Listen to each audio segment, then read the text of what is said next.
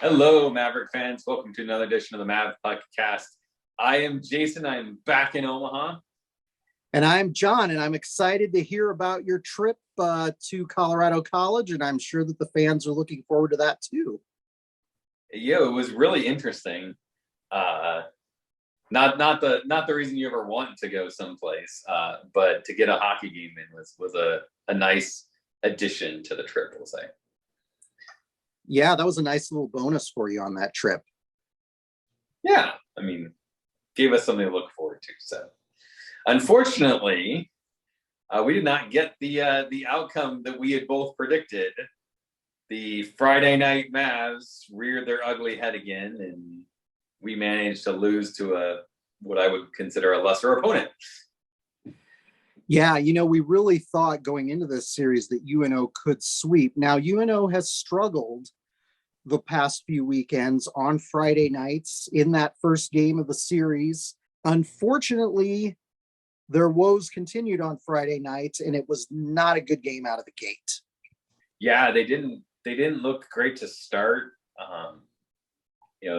I know a lot of teams in the past have talked about the problem with Friday games, that first game is always the road weary game, because you have been traveling and you're kind of not into a routine and things like that. But, if you want to be, like you said, if you want to be in the conversation for an NCAA run, if you want a chance at a conference championship, like you've got to find a way to get through it. And we just looked flat in the beginning. And I know that on the chat forums and stuff, people were talking about our offense, and you and I talked a little bit about that in text during the game, but we have got to find a way to create chaos, force their defensive system to make adjustments. And I really felt like Friday night we played right into Colorado College. We gave them exactly what they expected. We went right where they wanted us to go, and we never really challenged them and forced them to make a play defensively. Most of the saves I think that Vernon had to make were pretty routine. I don't think you really saw too many opportunities that were just spectacular saves or high danger opportunities. And we've just got to do a better job of getting to the high quality chances and putting guys in places where, they've got a quality chance to score a goal.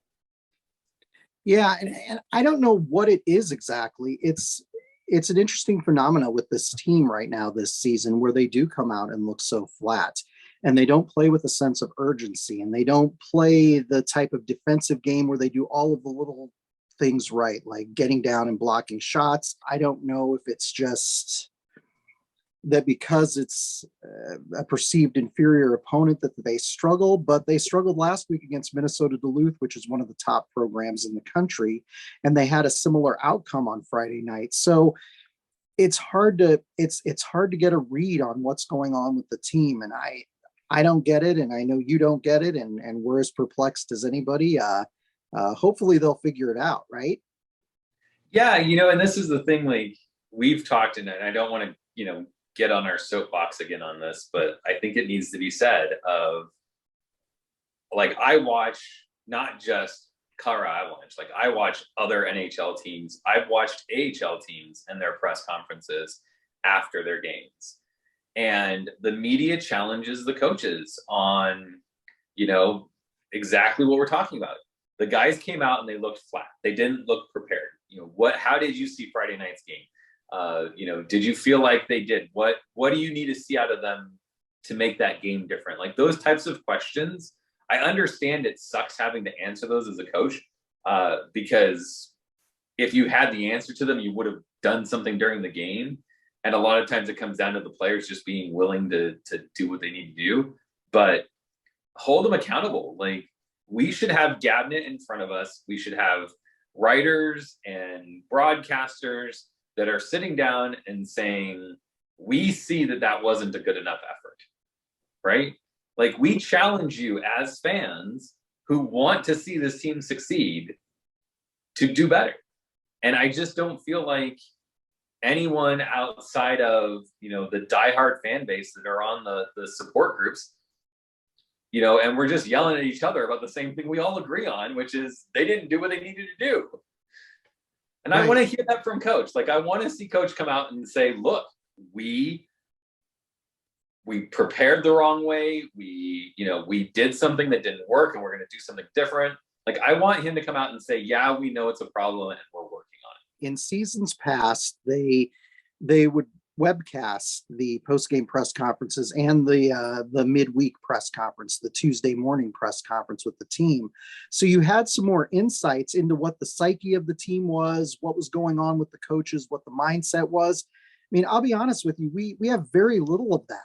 And that's part of the reason I can't get a read on the team. And perhaps that's by design. I don't know, but I would like to know more so I can understand what's going on, other than the fact that it's frustrating and we're just continuing to focus on our process and doing the little things right. I want to understand what's going on with the team. If there are nagging injuries, I want to know. If players aren't feeling well, it'd be nice to know, but we just don't know that. So in the absence of information, there's speculation, and that's kind of what's going on with the team. Now, fortunately, on Saturday night, the game that you and Jolene and the girls got to attend, UNO turned around and they ended up winning that game.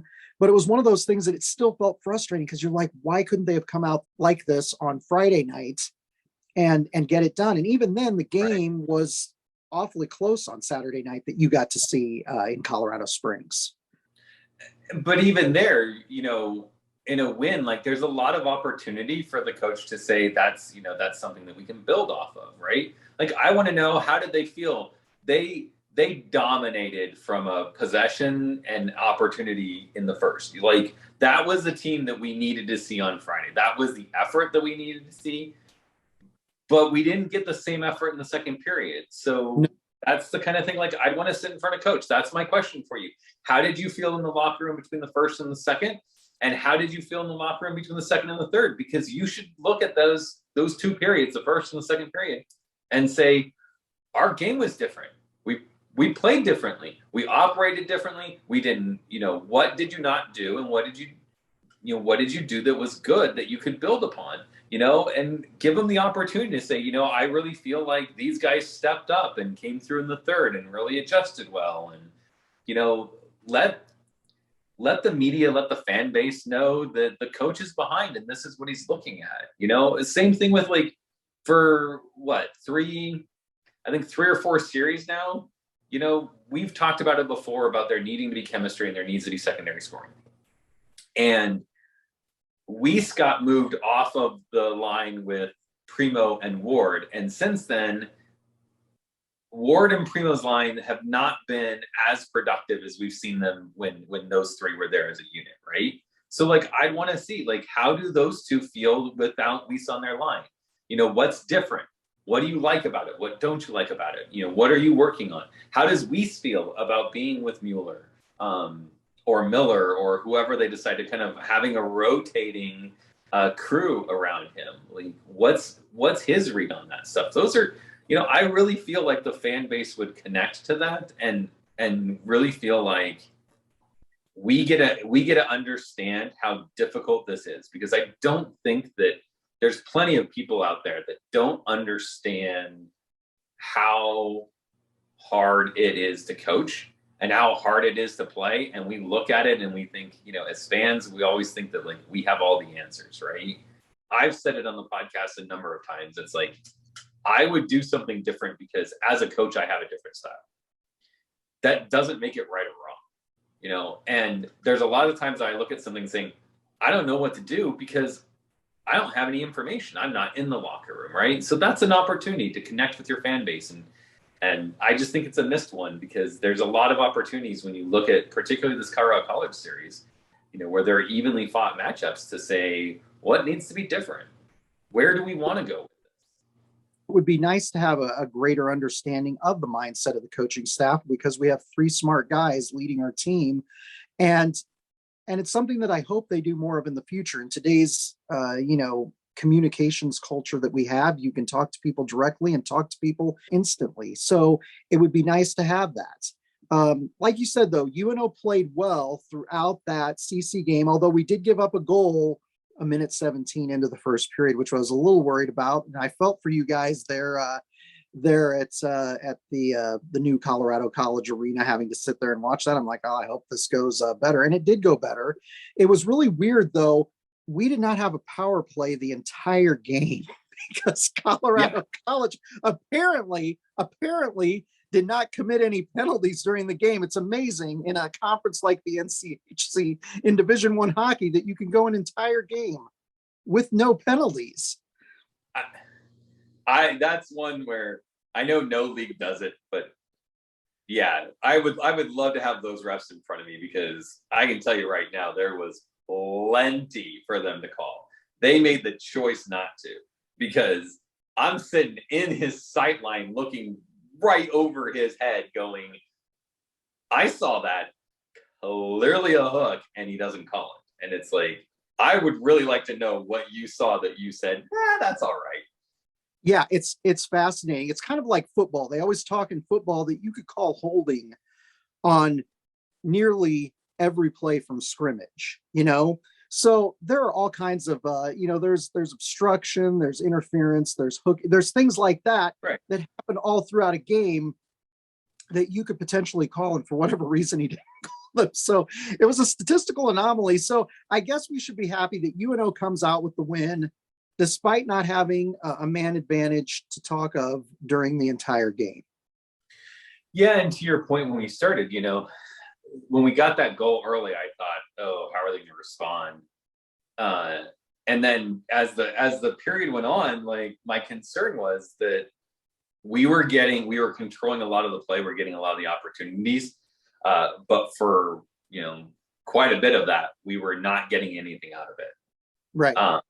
And you were just kind of starting to feel like, are they gripping their sticks a little tight because they think Fernand's got their number, kind of thing?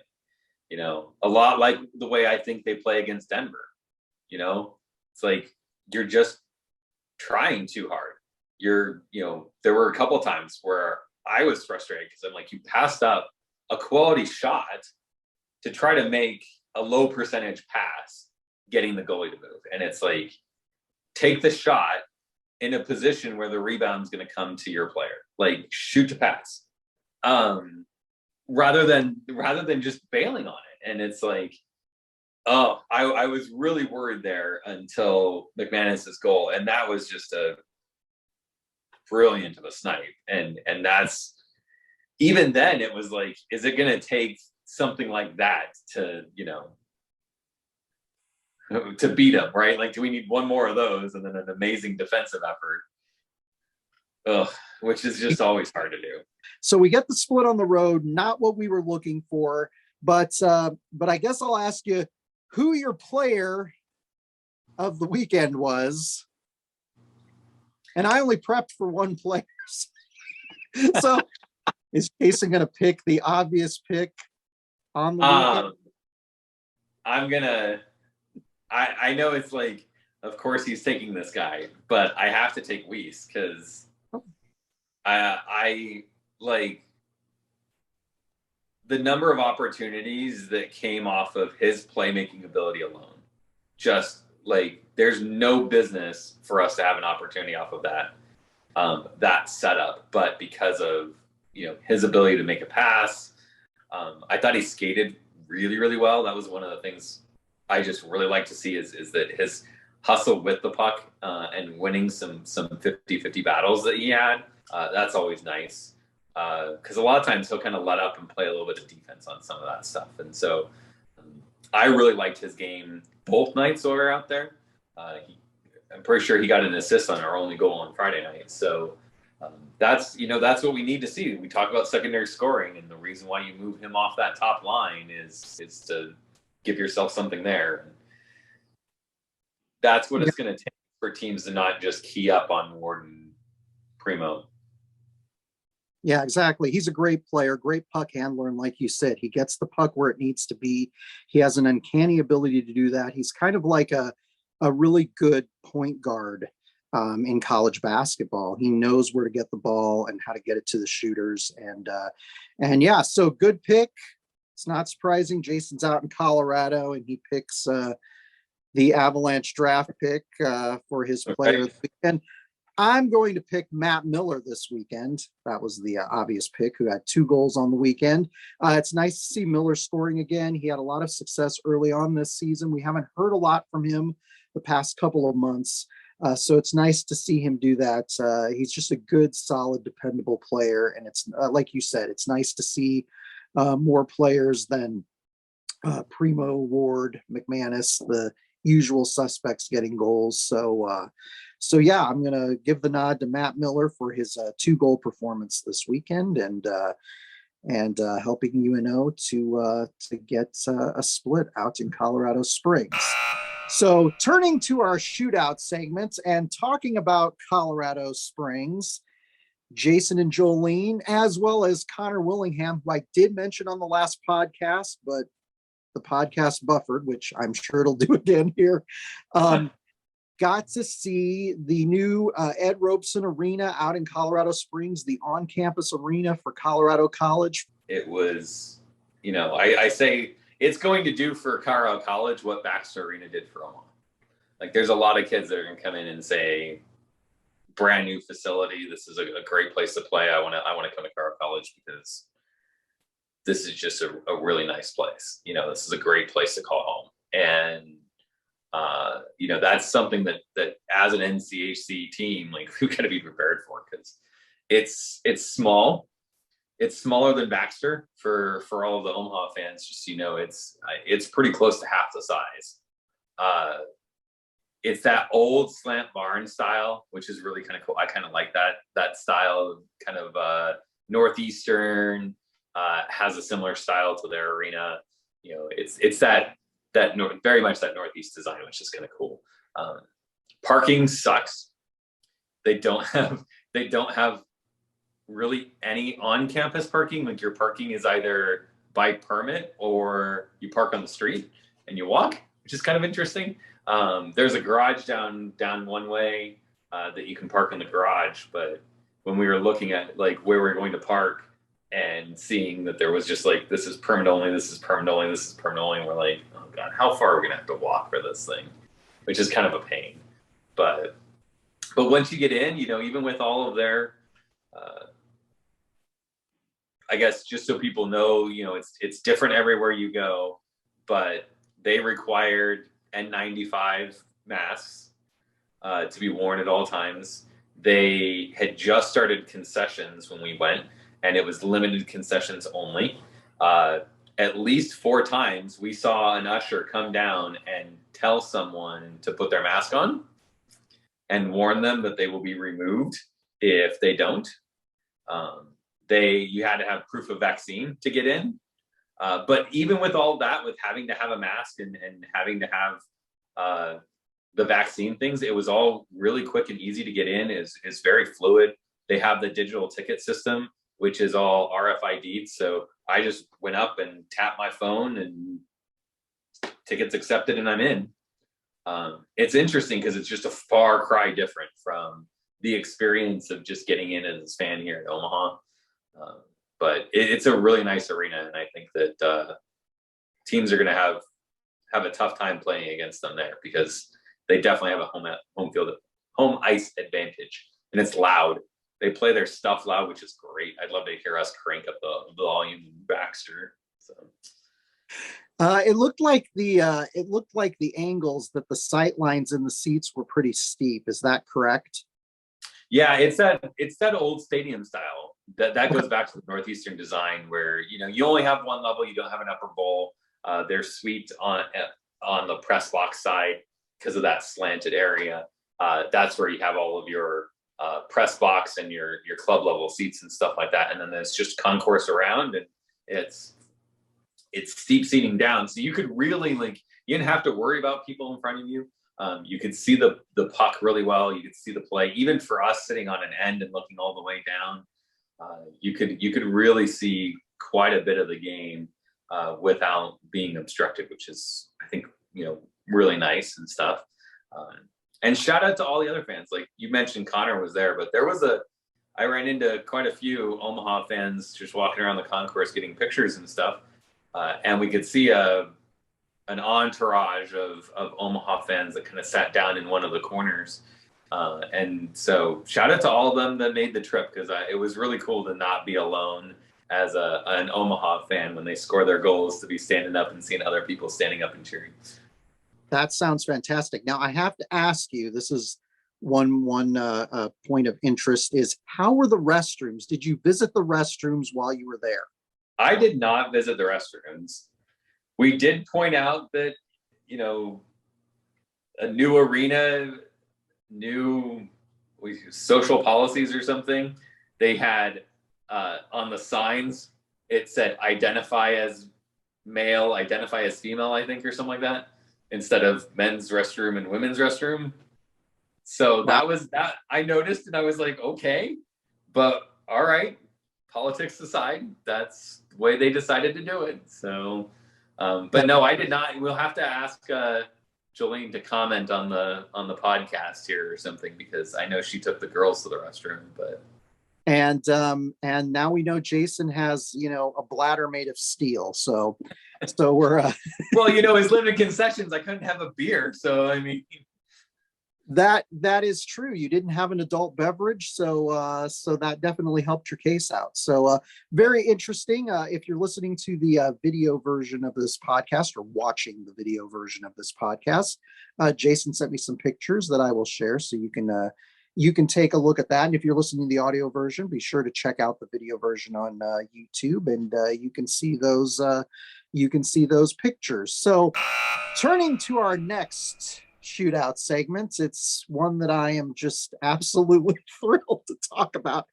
Every week during the game broadcasts, in particular the road game broadcasts, because most of the fans that we're conversing with on Twitter have season tickets, or they buy single game tickets and come to the games when UNO's playing in Omaha. But during the road games, I got to tell you, every week there are fans who are trying to listen to the radio broadcast on 1180 AM of the UNO hockey games via 1180 AM stream on their website.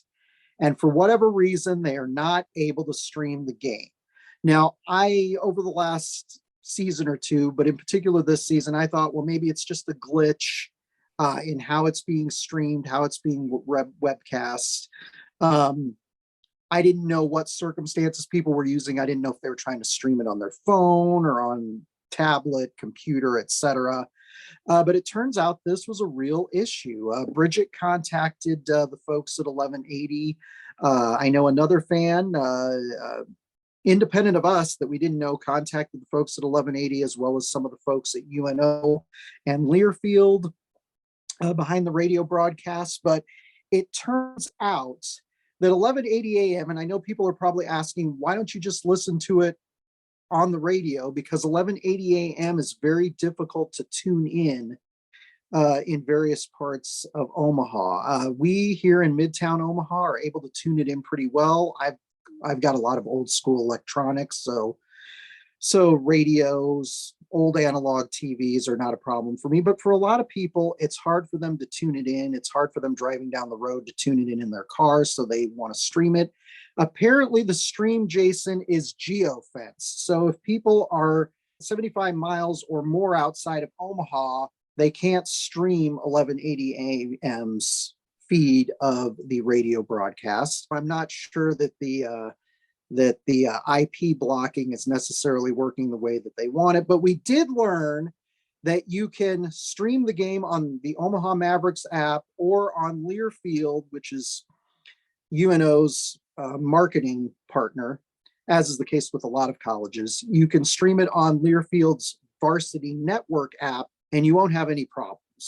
So that's probably more than anybody wanted to know about the radio broadcast. But this brings up an interesting point, Jason. Should games be blacked out or blocked as far as radio broadcast goes? This is a topic that, when it comes to sports, just drives me absolutely nuts. What are your thoughts on this? If your goal is to create buzz around a team, to create a following, to engage with your fan base, making them jump through hoops and saying that you can but you can't kind of thing is it just puts a poor taste in people's mouth. So I'm never much of a, I never really like it. Like, provide an opportunity for someone, regardless of where they are, who wants to hear the game or see the game or something. Just give them that opportunity, right? I say, if I want to watch it, like, there's always a price point, but I'm willing to pay for content that I find valuable, you know? And so if I need to pay for something to watch, a game or something like that, I'll do it to a certain degree. There's always that point, because we've had that argument before about some of the costs for some of these things. And it's like, it's just not worth it at that price. But if you provide a reasonable way of people seeing the games, I think people will do it. The second thing that I would say is, you might as well provide them a legal opportunity to listen to your game on the radio or watch your game on TV. Because as I told one of my friends who works in broadcast, I said, you need to understand that when you start talking about these things, you are the stupidest person in the room. And I don't mean that as like an insult to anyone who's working at Learfield or anything like that. But you need to understand that there are incredibly smart people out there that will find a way to steal something if they want it. And ESPN, they jump through so many hoops, and jump through so many hoops. They do so much to prevent you from watching blacked out games. And yet people still find a way to get around it, because the majority of fans that are willing to pay for it don't have an opportunity to pay for it. There's no way in some of these markets to stream NHL games. And so what do? Well, they go to these other websites. They find these ways to illegally stream content because they want to see it. And I firmly believe that if you give people a reasonable priced option to watch it legally, or in this case, listen to it legally, like, I think they will. So you know what? If you want to listen on the radio, have a 99-cent donation thing. Like, I'd pay $1 to listen to a game if that's what it took, and I want to consume that content. I don't care where you are. You could be in the middle of Minnesota. I don't care. Like, speaking of radio here locally, KFAB, one of the big AM stations, back during the 70s and 80s, when they broadcast Husker football games, it was a cash cow for that radio station. It was a very lucrative contract that they have. Not only did they make money, Husker football made money. It was a big deal. But if you were a Husker football fan, you were lucky to get to see 3 games on television per season, because all you had were the 3 networks and ESPN as the 80s wore on. And so I remember Nebraska Educational Television, our public television network, wanted to broadcast some of the Husker football games, and they had sponsors interested in it, etc. Well, because of the way that the broadcast contract was structured with KFAB, there was some question as to whether KFAB, which was a radio station, would let them broadcast the games. So some people had talked about, well, maybe they could broadcast the video on Nebraska Educational Television and then just not have audio with it, and people could tune in to KFAB if they wanted to listen to the audio. Ultimately, it didn't end up happening, but it just shows you how sometimes these convoluted, arcane kind of legacy broadcast contracts and mentalities really mess everything up, when the whole idea is you want people engaging with your product and engaging with your program. And sports is kind of the last bastion of linear television. At some point, that's all going to change, and you want to get people around the country and around North America, in the case of hockey, where a lot of your players come from Canada, you want them engaging with your product. So hopefully those things will change, but we got a little bit of clarity on the radio contract. Again, if you use the Varsity Network app from Learfield or the Omaha Mavericks app, you should be able to stream the games, no problem. Hopefully 1180 on their end may figure out the games, but the whole geofencing thing where certain IP addresses are blocked, if you're using a VPN, you're not going to be able to listen to a game that way. And the way that IP addresses are handled today is it's just a very different world than it was even a decade ago. So I'm sure Jason and I will be talking about this because streaming and broadcast is something that we're interested in and frustrated by at the same time. So turning to our next series, it's at North Dakota. Now, Bridget and Jolene gave their predictions for UNO at North Dakota a few weeks ago, but that game ultimately was postponed. UNO ended up traveling out to Denver. So UNO is finally making the trip up to Grand Forks, our annual trip. We're their travel partner. But this is a big series coming up for UNO. UNO has played well and has had success against North Dakota up in Grand Forks. What do you think about this series? It's happening. It's happening as the Olympics are getting ready to start. So I know that a player or two from North Dakota won't be on their roster. Do you think that's going to have any effect, Jason, or do you think the Fighting Hawks are going to be a tough draw as usual? I think there'll always be some effect. There'll be something different about the team. I think a lot of it comes down to how they're going to handle it. As a team, they could look at it saying, we're missing a couple guys and they're key guys, and that's the reason why we lost. Or they can look at it and say, this is an opportunity for some other guys to get some playing time, and we're going to make the most of it. And, we're going to make it hard for you to say that, we should be taken off the roster when those guys get back, right? Unfortunately, like North Dakota recruiting, Denver recruiting, schools like that, it's so deep in their recruiting that I still think it's a quality team that we're going up against. I will predict a split because like you said, we've had some success up there.